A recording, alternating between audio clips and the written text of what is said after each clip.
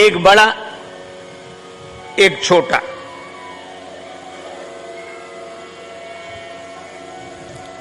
और दोनों के पास एक कम्बल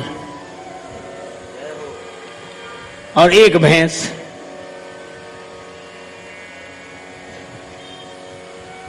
बंटवारा हुआ तो छोटा भाई बोला भैया आप जैसा बंटवारा करो वैसे ही ठीक। ये बंद कर दो थोड़ी देर। तो बंटवारा मालूम क्या हुआ?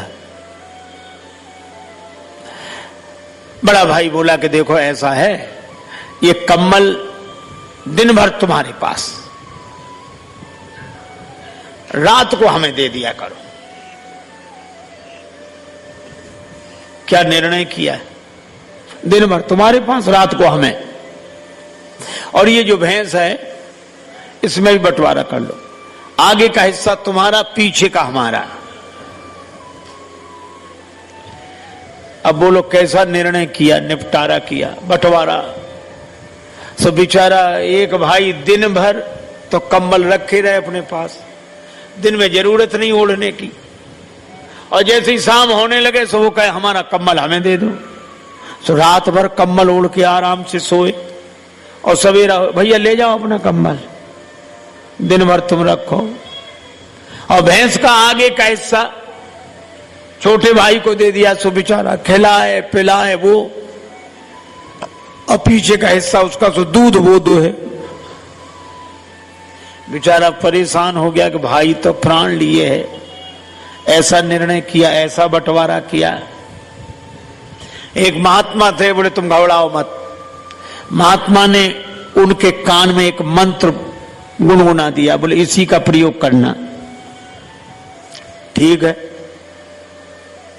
तो उसको जैसी कंबल दिन को मिला तो उसने क्या किया, कंबल को जैसे ही मिला सो पानी की बड़ी नाद थी उसी में डुबो दिया और दिन भर भिगाए रखा। शाम आई, बोला हमारा कंबल, बोली है ले जा। बोले ये क्या कर दिया? बोले हम अपने समय में कुछ भी करें, दिन तो हमें मिला ही है। बेचारा रात भर कंबल नहीं ओढ़ पाया, और सवेरे वो दूध दोहने बैठा, और वो छोटे भाई ने क्या किया, लिया डंडा। सो आगे डंडा दिखाया भैंस को। सो भैंस सीधी खड़ी, ना इधर करे उधर करे उधर करे। तो वो कहे ये क्या कर रहे हो? बोले आप तो अपने हिस्से में करो जो करना है, हम अपने हिस्से में कर रहे हैं।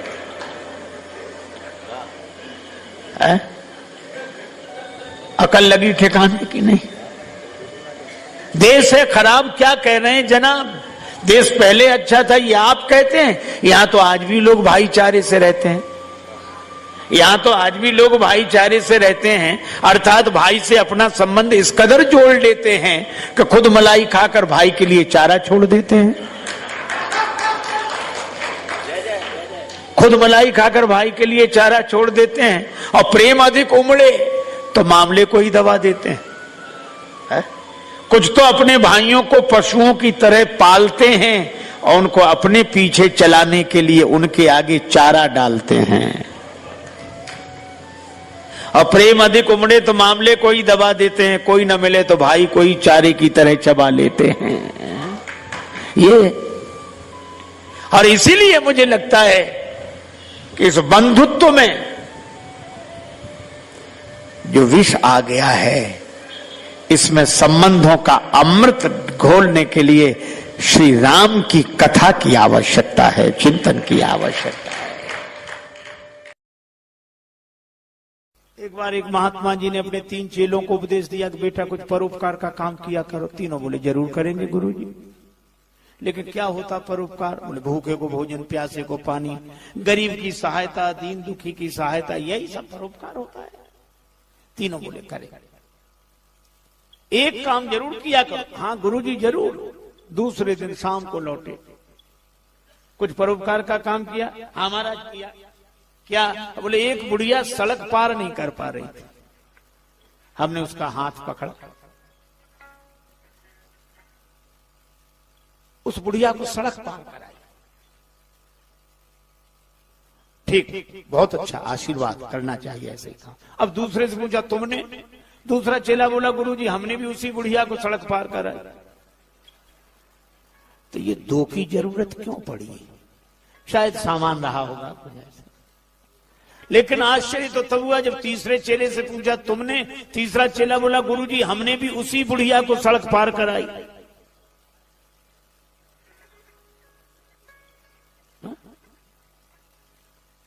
अब गुरुजी के आश्चर्य का ठिकाना नहीं रहा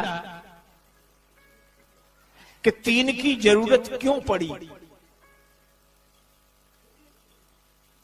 एक बुढ़िया को सड़क पार कराने में तीन की जरूरत क्यों पड़ी?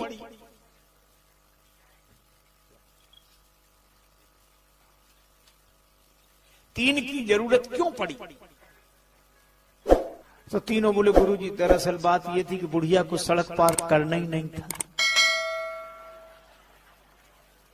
तो तुमने सड़क पार क्यों कराई? बोले हमें परोपकार करना था।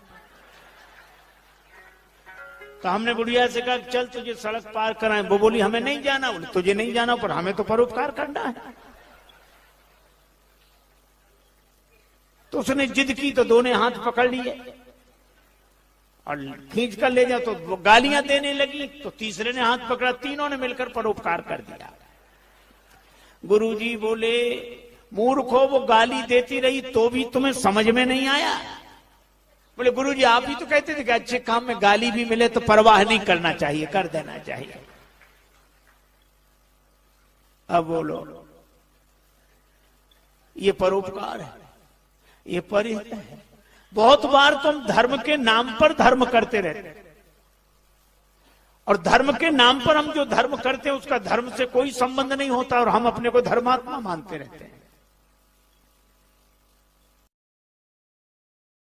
पीने का आप देखो जानवरों तक के नियम हैं,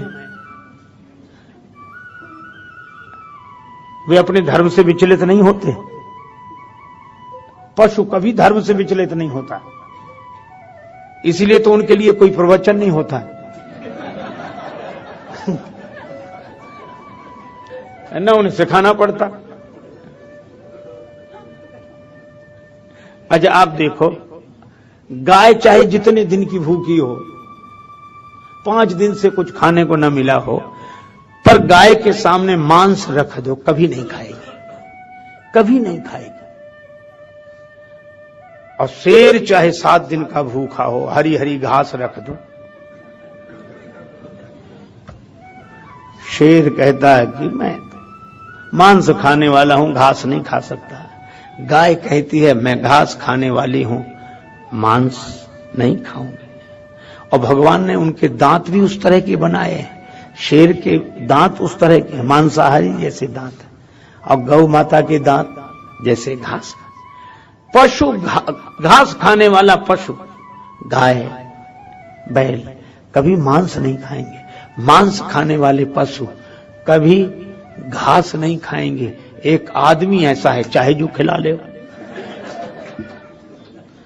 घास खा जाए, मांस खा जाए और समझाओ तो आपकी खोपड़ी खा जाए। आप देखो उनके भी धर्म हैं। मैंने कहीं सुना था एक बार कुत्तों में झगड़ा हो गया, कुत्तों में। एक सज्जन बोले झगड़ा होते ही कुत्तों में है, लेकिन एक बात थी, बाकी के कुत्तों ने उसे नाराज होकर निकाल दिया, चल जा, चला गया। मैं लौट कर नहीं आऊंगा। बाकी के लोग बोले आना भी मत, मिलाएंगे नहीं हम तुम्हें अपने समूह में। पर कुत्ता ही ठहरा, दूसरे दिन बाद आ गया, दूसरे ही दिन। तो बाकी के कुत्तों ने डांटा कि फिर तू लौट कर आ गया, अरे कलुआ जा, चला जा यहां से, अरे दल बदल हुआ। और तेरे लौट आने से हैरान हैं हम, और तुझे फिर दल में रख लें, क्या इंसान हैं हम आदमी हैं जो ऐसा करें? हम पशु हैं, हमारा भी धर्म है सिद्ध। अब तो किसी का कोई धर्म नहीं, न सोने का धर्म, न जागने का धर्म, न खाने का धर्म, न पीने का धर्म, न पहनने का धर्म, न पंथ सोई जो यही मन भावा, जिसे जो अच्छा लगे बस वही रास्ता है। तो भगवान ने कहा कि जब सब मनमुखी हो जाएं तो धर्म के अनुसार चलेंगे कैसे? तो भगवान धर्म की स्थापना के लिए आए। हमारा सोना भी भगवान से जुड़े, जागना भी भगवान से जुड़े, भोजन भी भगवान से जुड़े, वस्त्र भी भगवान से, आभूषण भी भगवान से। फिर इंद्रियों को जोड़े, सुनना भी भगवान का नाम, बोलना भी भगवान का नाम, देखना भी भगवान। ये धर्ममय जीवन। और भगवान श्री कृष्ण कहते हैं यत् करोसि यदश्नासि यज्जुहोसि ददासि यत् तपस्यसि कौन्तेय तत्कुरुस्व मद अर्पणम।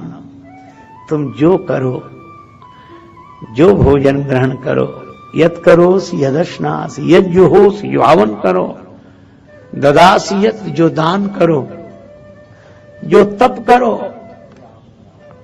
तत्कुरुस्व मद अर्पणम वह सब मुझे अर्पित कर दो, बस जीवन धन्य हो जाए। एक गुरुजी ने एक चेला बनाया। चेले भी बड़े अद्भुत होते हैं।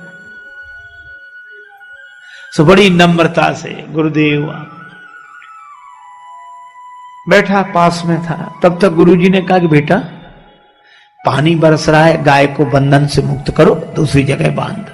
चेला बैठे बैठे बोला गुरुजी जो स्वयं बंधन में पड़ा हो वो क्या किसी को बंधन से मुक्त कर सकता है? क्षमा करें गुरुदेव, ये मुझसे नहीं हो सकता। बंधन से मुक्त करना तो आपका काम है गुरुदेव। गुरुजी भी समझ गए कि चेला नहीं गुरु ही मिला है। अब गुरुजी ने कहा चेले से विवाद कौन करे, चलो। गुरुजी गए, गाय को की रस्सी खोलकर उसको दूसरी जगह छाया में बांध दिया। थोड़ी देर में गुरुजी फिर बोले बच्चा बाहर जाके देख पानी बरस रहा है कि बंद हो गया है। चेला बोला गुरुदेव ये बिल्ली आपके पास बैठी है, बाहर से ही आई है, आप तो इसके शरीर पर हाथ घुमाओ। शरीर गीला हो तो समझ लो पानी बरस रहा है, और शरीर सूखा हो तो समझ लो पानी बरसना बंद। गुरुजी फिर भी चुप रहे। अब रात को गुरुदेव को नींद ना आए, वो दिया जल रहा था। बोले बेटा ये दिया बुझा दे। चेला बोला गुरुदेव अब रजाई में घुस गए, अब कौन निकले बाहर। आप तो एक काम करो, क्या रामायण की बात याद करो, मुंह दिए नयन कतों को नहीं। आप तो आंख बंद कर लो, दिया को बुझा ही समझो। गुरुजी ने दिया बुझाया और सवेरे सवेरे एक भगत आया लड्डू लेकर। महाराज भगवान को भोग लगाओ, आप भी पाओ, सबको पवाओ। गुरुजी ने भगवान को भोग लगाया, बाल भोग लेकर। बोले बच्चा प्रसाद लेगा? सो दौड़ा दौड़ा आया। बोले गुरुदेव मैंने आपकी 3 आज्ञाएं नहीं मानी है, चौथी भी नहीं मानूंगा तो घोर पाप लगेगा। ये तो लाइए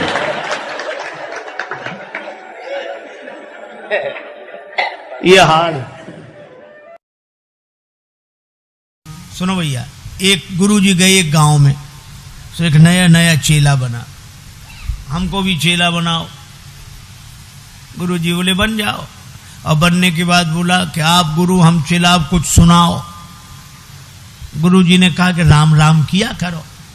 बोले ये तो साधारण बात है, ऊंचा। गुरुजी ने मन ही मन सोचा कि चेला नहीं गुरु ही मिला है। कई चेले सचमुच गुरु होते हैं, ऊंचा। गुरुजी ने कहा तो रामचरितमानस पढ़ा करो। अरे रामायण सब जान दिए, ऊंचा। तो गुरुजी ने कहा गीता? बोले हाँ ये कुछ ठीक है, कुछ। तो गुरुजी बोले आज गीता का महत्व सुनाऊंगा, गीता कल। और महात्मा में उन्होंने श्लोक सुनाया, सर्वोपनिषदो गावो दोग्धा गोपाल नंदना। ये सभी उपनिषद जो है सो गाय हैं और दोहने वाले भगवान श्री कृष्ण हैं। 1 घंटे तक व्याख्यान दिया। चेला बीच बीच में कह महाराज, वाह वाह वाह वाह वाह, क्या बात कही है, वाह वाह। गुरु जी का और उत्साह बढ़ा, कितने ध्यान से सुन रहा है, इतनी प्रशंसा कर। गुरु जी और सुनाते गए। 1 घंटे बाद बोले कि बेटा कुछ समझ में ना आया हो तो पूछ लो। सो बोला कि हमें समझ में ना, हमें आप कम समझाते हो, हम ज्यादा समझते हैं। गुरुजी ने मन ही मन कहा कि हम ही नहीं समझ पाए पहले तुम्हें, लेकिन चलो गुरुजी हैं, गुरुजी की इज्जत ही बचा ले, पूछ ले कुछ। तो बोला और तो एक एक अक्षर समझ में आया, केवल एक बात समझ में नहीं आई। कौन सी? का आप कहते थे 2 गधा गोपाल नंदना, तो ये 2 गधा कौन थे, क्या समझ है? सो गुरुजी ने माथा पीटा। चेला बोला गुरुजी जवाब नहीं दिया, ये 2 गधा कौन थे? गुरुजी बोले एक हम, दूसरे तुम। एक न सुनाई, एक नहीं देखा।